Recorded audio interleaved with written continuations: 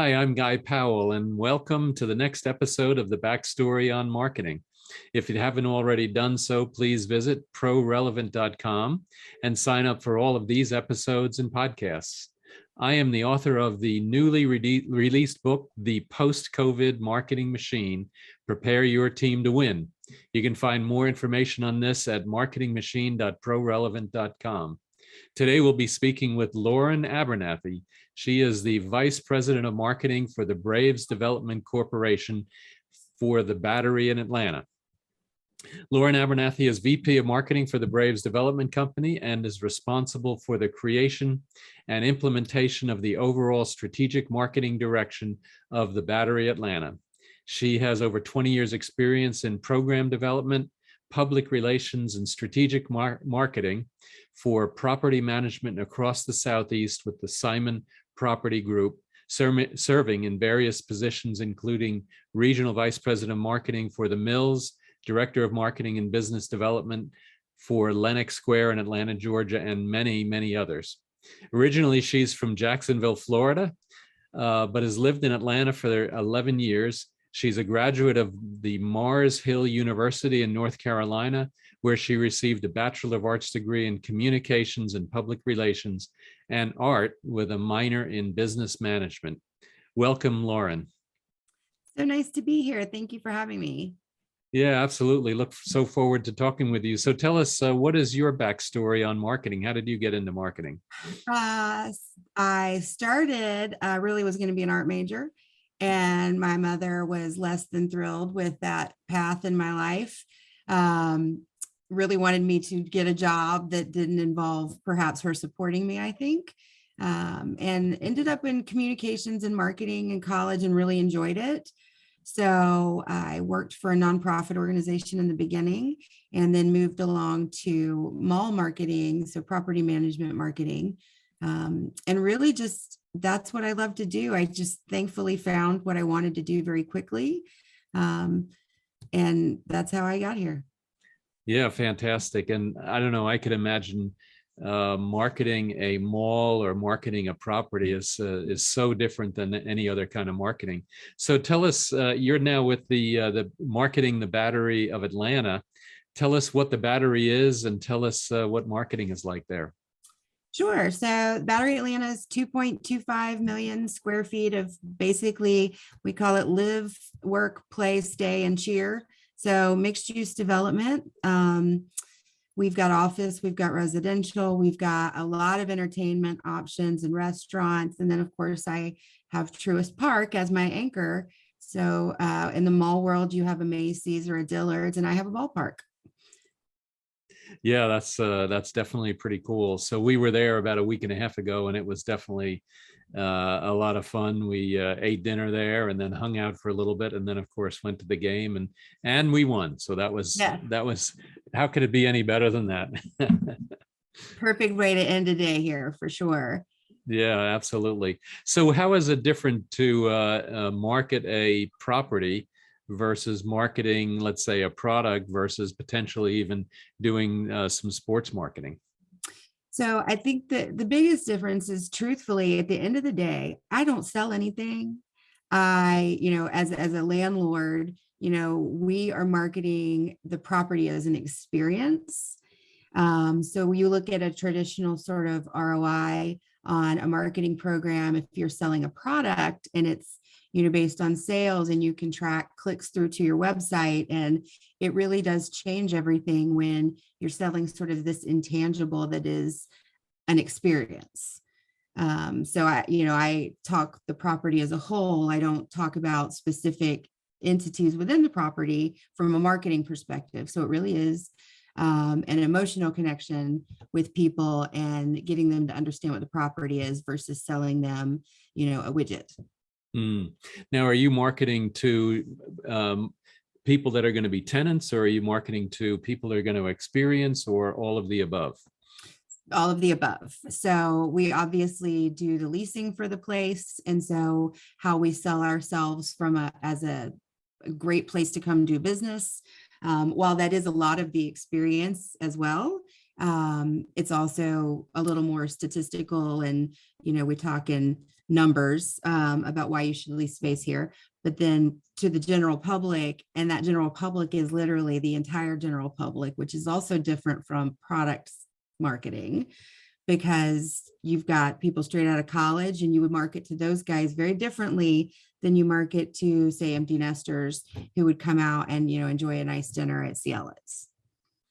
Yeah, exactly. So your audience is just about anybody that is looking for entertainment, and then certainly Yes. looking for entertainment, and then of course going to the Braves game and stuff like that, and then potentially even special events, whether it's something that happens around the Braves, or maybe even something that doesn't happen around the Braves. It could be off season or whatever. Yeah, we say, when this baseball season ends is when really our holiday season kicks off, because we do a tree lighting and we do a New Year's Eve event for the community. We do farmers markets throughout the year, Monday night yoga. So there's always things that are going on that aren't just baseball. And I know that the first year people really didn't quite understand the property. And I feel, 6 years later, I don't feel like that's the case, but they just were like, oh, you're only open when there's a game. And it's like, no, that's a terrible business model. That's not how the restaurants are operating. You actually can come out here 365 days a year. Yeah, that is, and that I think is kind of fascinating, because then the draw is very, very different. So you have to get people there to do, to come for the experience and the entertainment, but not then the connection with the Braves. Yeah, well, and that's how we look at leasing. So if we are actively recruiting a restaurant or a retail place or service, they have to be able to survive 81 days of baseball and thrive, not just survive. And they have to be able to pull their own weight when there is no baseball. So the experiences in the restaurants, have to be great concepts. Everybody wants great concepts. That's certainly not unique to us, but the situational of 81 days a year, hopefully 85 or more, it does change the dynamic that from a traditional, say, mall lease. Yeah, absolutely. And I guess then, so you have shopping as well as restaurants, or is it primarily restaurants? Or it's primarily restaurants and entertainment, which I say just a touch of shopping, enough to keep it interesting for everybody when they're here. Like we have the only Mizuno store in the world. And then we have Sugar Boo does housewares, Dress Up has like ladies clothing. But it's, enough to keep it interesting when you're coming for a game, but really it's a entertainment driven sort of project. So we have great restaurants. We've got a movie theater. We've got the Roxy with 100 and some shows and events per year. So there's a lot going on. It's controlled chaos is what we like to call it. Yeah, that's for sure. And during the game, and I guess now when we're just one game back at the end of the season, it must be pretty crazy over there. It is. And I think, from the retailer's perspective, their question is always, when are we going to play, say, postseason games? And the answer is, I don't know. And that's the other thing, having people, partnerships with these restaurants and stores where they understand what they're getting into.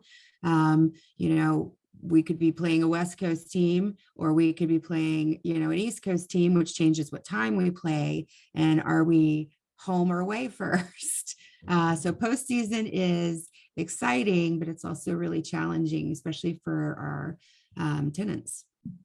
Yeah, I can imagine. And it's that uncertain. Well, it's not the uncertainty. I mean, yeah, I guess there is uncertainty, but the inability to actually know exactly what day is going to be happening and what is the series of things that are going to be happening, and then being able to staff up or staff down, depending. That's got to be really an interesting challenge for them. Yes, it is. And, thankfully, I think 6 years later that we've all sort of been navigating through this. Yep. And we're getting better at it, I would say. But it is, it's what, if you clinch early, it makes it easier a little bit, because at least you kind of know where you're starting, but then you're assuming that the other teams are already decided as well. So then you get into that home and away, and Yeah, exactly. And so last year, world champions, how did that differ from prior years? Well, I'll tell you, it was not too shabby. We'll take it. The first, time in 26 years that we'd won the World Series. And I really think it was our gift to all of Braves country, because I mean, it was such a celebration after 26 years. And um, I don't think if you'd have asked any of us, we really, we were talking about this before, you and I were, I was like, nobody wants to talk about it. Nobody wants to think too far ahead. Nobody wants to jinx the outcome. But it was such an unbelievable experience and ride. And I certainly, did not start out in the world of sports. I started out, in properties. So to be a part of this is, unbelievable for me. And just to see the team go through that, it was very exciting. Yeah, absolutely. Well, it was exciting for all of us, that's for sure. Mhm. So is the off season, does that differ very much from what you would do at like the Lenox Square Mall or some of the other properties that you managed? So I think, traditional retail is, heavy in fourth quarter and, pretty even throughout the rest of the year. Um, I think what the retail industry would say is, 60% of its fourth quarter.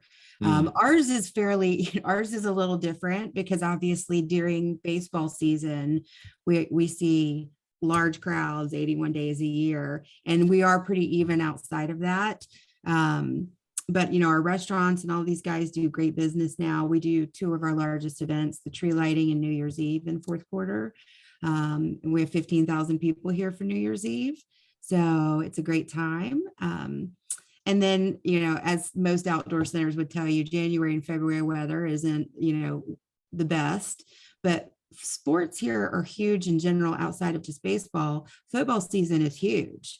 We mm. have we have several very large sports bars, and they do. Most of them are sold out, especially for the larger games, like the Florida Georgia game, championship games. They do great business.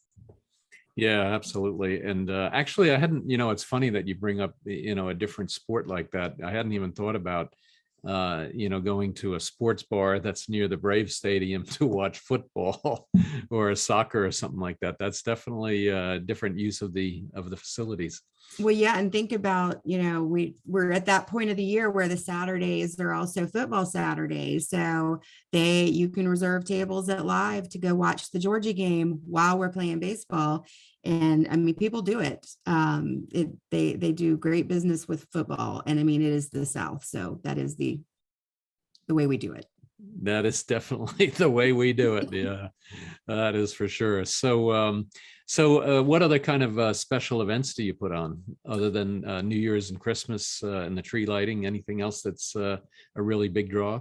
We do things year round. So we do free yoga outside on Monday nights, and we usually run that from February to October. When the team is away on Sundays in the summer, we do farmers markets.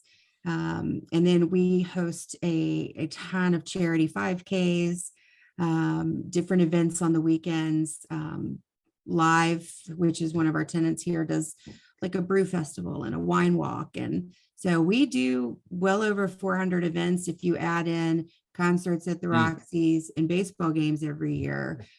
So it's a pretty active campus. Well, 400 events is more than one a day. That is Well, definitely yeah, busy. well, when you think about, like, we could have a 5K in the morning, be playing baseball in the evening, and also have a concert at the Roxy. I mean, those are three major events, in one day. And so, yeah, it's an active campus. Yeah, exactly. Now you're also involved in the Warrior Alliance. Tell us a little more about that. So the Warrior Alliance is an MLB legacy project that we were able to bring here in 2021. It's a fantastic organization. For us, they're a tenant of ours, but they're also affiliated and do a lot with the MLB. And just for people who aren't familiar, it's an umbrella organization that helps veterans of every branch connect with resources that they just may not know are out there. So there's a lot of different veterans resources out there, but getting to them and having somebody help you facilitate and navigate is a difficult process. And the Warrior Alliance does a fantastic job with that. They're a great organization. I certainly encourage everybody to check them out.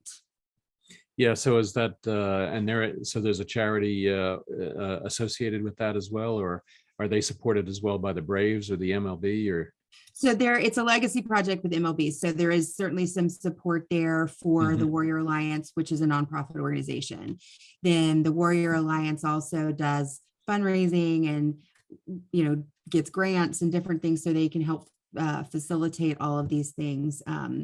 They continue to grow. They do outstanding work. But yes, so we do a lot with them in different capacities, whether it's letting them use some space to host workshops or wounded warrior yoga. There's anything we can do to support them. We certainly, as an organization, are actively doing. Yeah, yeah, that makes a lot of sense. And it's a definitely a wonderful cause to help out the warriors, because they certainly sacrificed a lot. And I think you're right. I think baseball generally has done a lot for the fighting men and stuff like that. So that makes a lot of sense. So you've done marketing now for malls and experiences, Mhm. which is definitely very different than anything else. And then you're also doing some marketing for the Warrior Alliance, or not? No, they Oh, are their okay. own organization. We certainly do, again, assist and work with them and their relationship with the Braves Foundation. There's a Mm. lot of compatibility there and things and projects that they work on together, but they are their own organization. Oh, okay. Okay. And because I could imagine, that the nonprofit marketing would be very, very different, and then being a supporter of them would be very, very fascinating.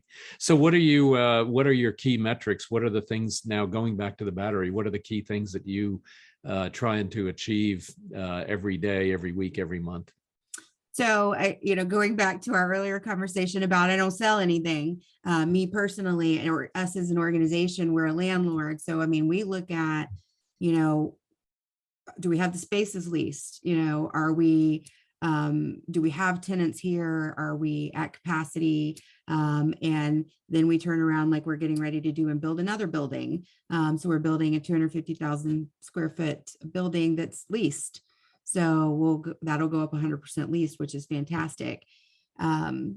We look at traffic, we look at the sales of the tenants, because that is obviously a key factor. Like if the tenants are doing well, it's like everything. If they're doing well, then we're doing well and everybody's happy and they stay and we want them to stay. So all of those are kind of our big things. And so it's, for me, from a marketing perspective, it's getting eyeballs on our messaging, which is very sort of experiential and look at all the fun things you can do here. And then looking at what the traffic looks like on site. Like we've steadily increased our traffic over the years as the Battery continues to grow, and it's going to just keep growing. Yeah, I think you're right. I think and plus early on it wasn't quite clear what the Battery was when it was first put together with the new stadium, and then as soon as you see it, you go, oh, now I get it. Yeah, And I don't think people quite understood. I mean, the whole thing was to better the fan experience. It started, was the most important part of it, was a better fan experience for Braves country before and after a game. So you start with that idea, and then you want that experience 365 days. So I think we've done a good job of curating that and building it where it can exist in and out of season. But yeah, we're going to continue to grow. It would never surprise me for us to build something else or to announce something else, because if it's the right thing for the property, then that's what we're going to do. Yeah, absolutely. Well, what other similar types of properties exist that are like the Battery Atlanta, around the country? So there, certainly there's other sports venues where that they have great, like the Bucks district out, and then Texas Live. And so there's some great places. Typically, though, the team doesn't own them. And for us, it was extremely important that when we did this, owned and managed the property, because that way we do control the actual experience. It is a Braves Day experience. And it was the first of its kind where the team actually built the development. Now, that is a model that all teams are looking at now. We've toured 150 different teams through the property, showing them what we've built here. And I think there's huge interest, because when you see how this can work and how, it can benefit the team financially, that's, at the end of the day, we're here to win, another World Series. And that's how we're funding, our ability to do that. Mm. So it must have been kind of a challenge, though, initially to get retailers and restaurants to sign on, to be able to say, well, what am I going to do in the off season? So you must have had a very interesting challenge at that point. So I think in the beginning, you had to start with the right people. Like, you had to start with tenants who had an understanding of either being near or a part of, like we started with Live. Live's a great example, where they already have their own districts that are outside of large stadiums. So they understood, now our relationship here is they're a tenant where they don't own the whole district. So that was new for them, but they understood what we were doing. And then, yeah, there was certainly a lot of people who bought in because they love the Braves. And, thankfully, even when working some, like Garden and Gun magazine, they only own this restaurant here. So Garden and Gun Club is their only restaurant, but they saw that Braves Country was their reader. So yeah, it was certainly, yeah. And the ballpark was the most important thing. It had to be finished first. We had opening day to consider. So I know if anyone's like me, where I came out opening day and I had not started here yet, and they didn't have a lot open, because the focus was got to play baseball in April. Yeah, had to be done. That's kind of a hard deadline. But yes, that was absolutely necessary. And so for the next, year and a half, we really just sort of opened the rest of the restaurants here. And so I know the first couple years, as people came back, it was a different experience every time, because there was more. And we're continuing to open things. We've got Battle and Brew, and a couple others that are getting Polestar, which is an electric vehicle company, that are getting ready to open. That's just, even more cultivate food and coffee. So we continue to grow. Yeah, yeah. Well, and as part of the AMA, so I'm on the board of the the American Marketing Association in Atlanta, and we actually did an event there as well, which was a lot of fun, and it really opened my eyes up as to what could be done and how the space could be used. And I think that that's the really cool thing, that's where we are now. Like, we're a baby still as a company, but people are starting to look at the property to do, say, large meetings where they stay at the Omni or at the Aloft Hotel, and then they go over to the ballpark and they meet in one of the spaces in Truist Park. And then they do their big gala event at the Roxy. So there's more and more of these meeting and event planners that are looking at this as everything's here. You never have to, you don't need a car. And that is very different for Atlanta. And it's a walkable bar district. So there's plenty for everybody to do. So we're seeing more of that. Like when the team's out of town, we'll have larger conferences that come in and rent the spaces. And so that's exciting to see, as people discover how much they can do here and be accomplished for especially corporate meetings. Yeah, yeah. Well, I just want to know how I can get reservations for one of those rooms at the Omni overlooking the game. That's all I want to know. Me too. Me too. I mean, I'm telling you, they're killer rooms. They're absolutely wonderful. But yeah, that view, it comes at a premium, I am sure. Yeah, well, and plus, you could stand out there on the balcony and have a drink or whatever and watch the game, and it just looks like a lot of fun. So, Yes. Yeah. So, what do you see then as big trends otherwise in marketing, and then for marketing of the venue over the next couple of years?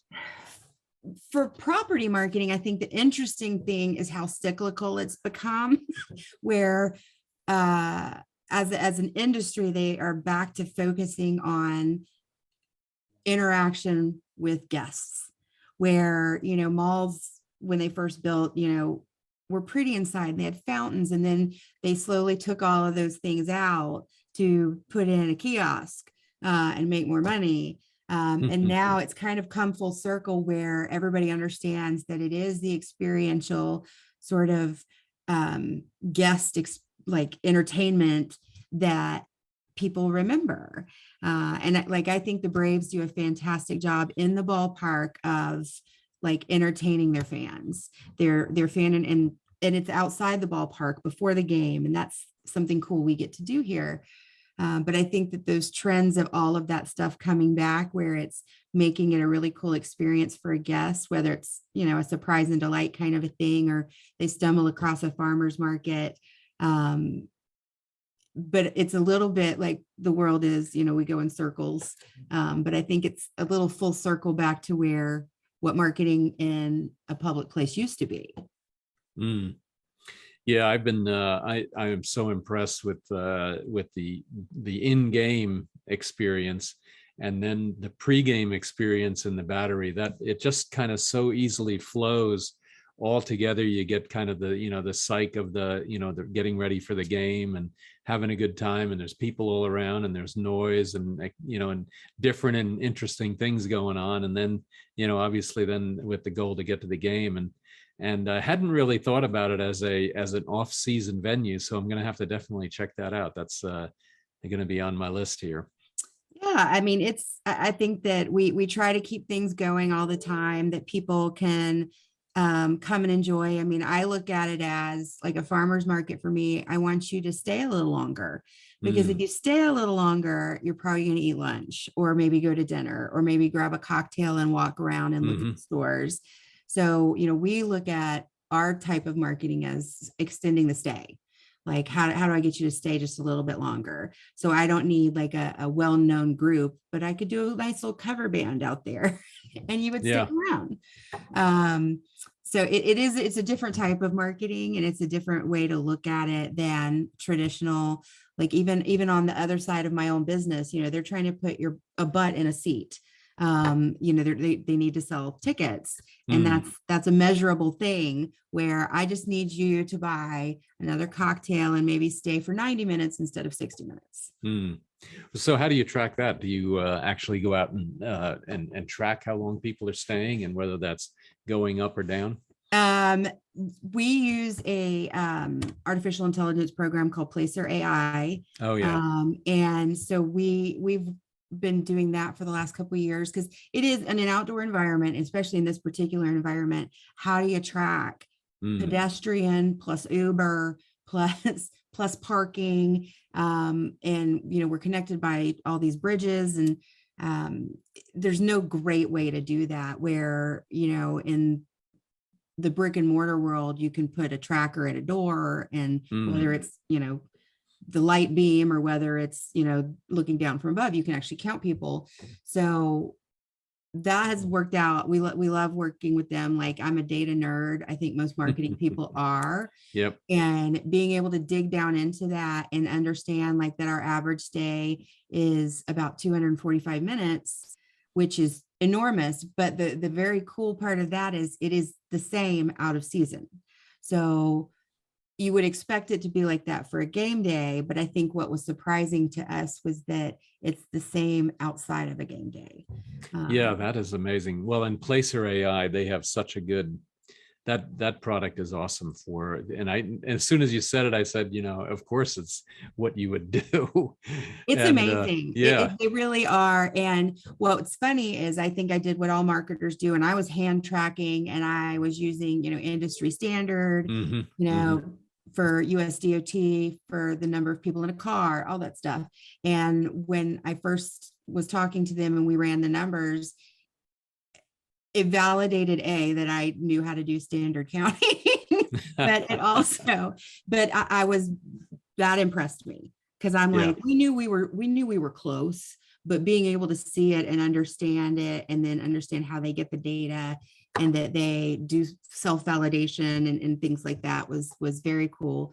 So we use it. I mean, we look at our competitors, we look at us, gauge ourselves against, other top shopping centers or top districts out there. And definitely that stay time for us was eye-opening. Well, you said 240 minutes. That's 4 hours. And does that include the game, or is that just in So the that it is the same on a game day as it is on a non-game day. that is crazy. It, That is I mean, that I think that was something we weren't expecting. yeah. Yeah. Because I get in there and crunch all the numbers and really pull it all out and look at it. And so we started tracking the, in season versus out of season, and the stay time, the variance is maybe 3 minutes. That is incredible. Yeah. So, I think that there's just a lot to do here. So maybe you go to a movie, and then if you're at a concert, and there's a lot going on here that probably feeds into that, and keeps it a little longer than most. Yeah. Yeah. Yeah. Wow. That's really very impressive.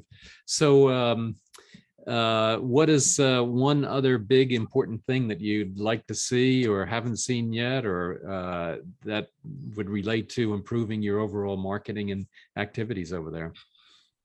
I think that the thing that the reason I keep doing this job is because it's ever evolving and ever changing. And, as soon as you figure out something, like how to do, your Google ad campaign, they change everything and you have to kind of start over. But to me, I like that. And I think for me, the constant figuring out how to market to everyone, and do things effectively that reach those audiences, it is, I don't know that there'll ever be a great answer for that, but I certainly accept the challenge. Yeah. Anything in virtual reality or augmented reality you're thinking about, or? So Truist Park has done that. So they launched that earlier this year, and we've talked about how does the battery do that. But then that goes back to sort of coordinating chaos, where for that to be really cool, what I would love it to do is if you were to walk into a restaurant and you ordered it, then Uber Eats would take it to you. And then we face some challenges 81 days a year about getting an Uber Eats driver in and out of here. But I think that there's some really cool things out there, how that plays out for us. Because for us, I look at it like, how would that benefit my stores and restaurants? Like, and what would be cool there? But that's, 50 some odd different people trying to make decisions. And that certainly isn't an easy task. But Yeah. Hopefully we'll be able to do that at some point. Yeah, absolutely. Well, if you can get them from 245 minutes to 200 and whatever, that would be, it's just such an enormous amount of time. It's very impressive. It really is. And, we even looked at it before we had the movie theater, and, maybe look at just the concert days. But I think it's just once you get here, you hang out and, walk around, and people come, with their friends and watch different games. So it's certainly, we're proud of that, and we watch it very closely. Because at first I was like, ooh, maybe it was just that year. And I'm like, no, that's our average. That's what we do. Which just means that people love the property. And that's what we tried to build here, was something that people wanted to be at.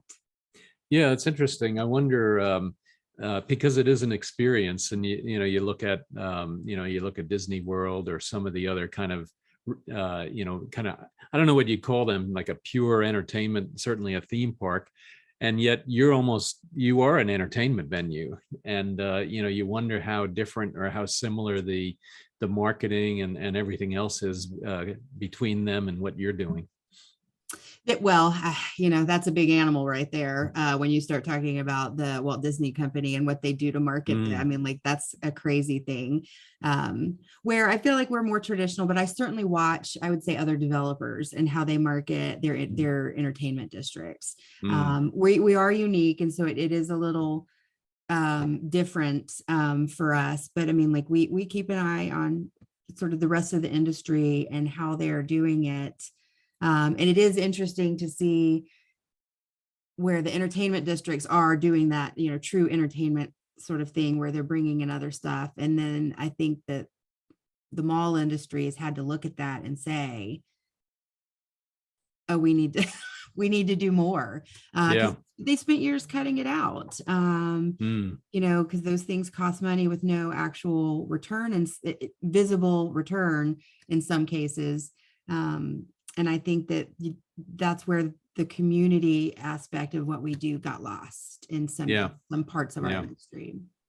So, and how did things go coming out of COVID? And COVID, I guess you were mostly closed down, and then probably opened up before the Braves started playing again, and then now you're back, I guess, at full capacity or full whatever it is. Yeah, we really we were only closed, if you say that. I mean, like, as far as the property itself, there was about 2 weeks there where there was the mandatory sort of, and then all of our restaurants figured it out. And I think it was one of the most impressive things I've ever seen, because no restaurant on this property had ever done DoorDash, Uber Eats, none of it, because of baseball. So they figured it out. I mean, at one point, Antico, you could buy 3 pizzas delivered to you on dry ice. You know, which, so I mean, they figured it out, and it was a really impressive thing to watch with all of these groups. Like, how do you make people feel safe, and get the restaurants open and keep your staff working? And like places like the Escape Game, they were like, hey, we've always sanitized after everybody went in through a room. So the different types of marketing and how they, you know, moved forward. And there, you know, there were hiccups, like the movie theater was supposed to open in 2020, and well, there's no movies to release.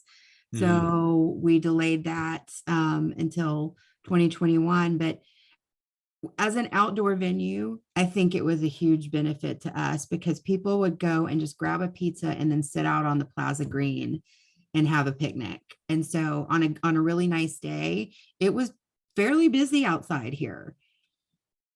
Yeah. Well, kudos to you, and kudos to the venue, or not the venue, but the restaurant owners, Yeah.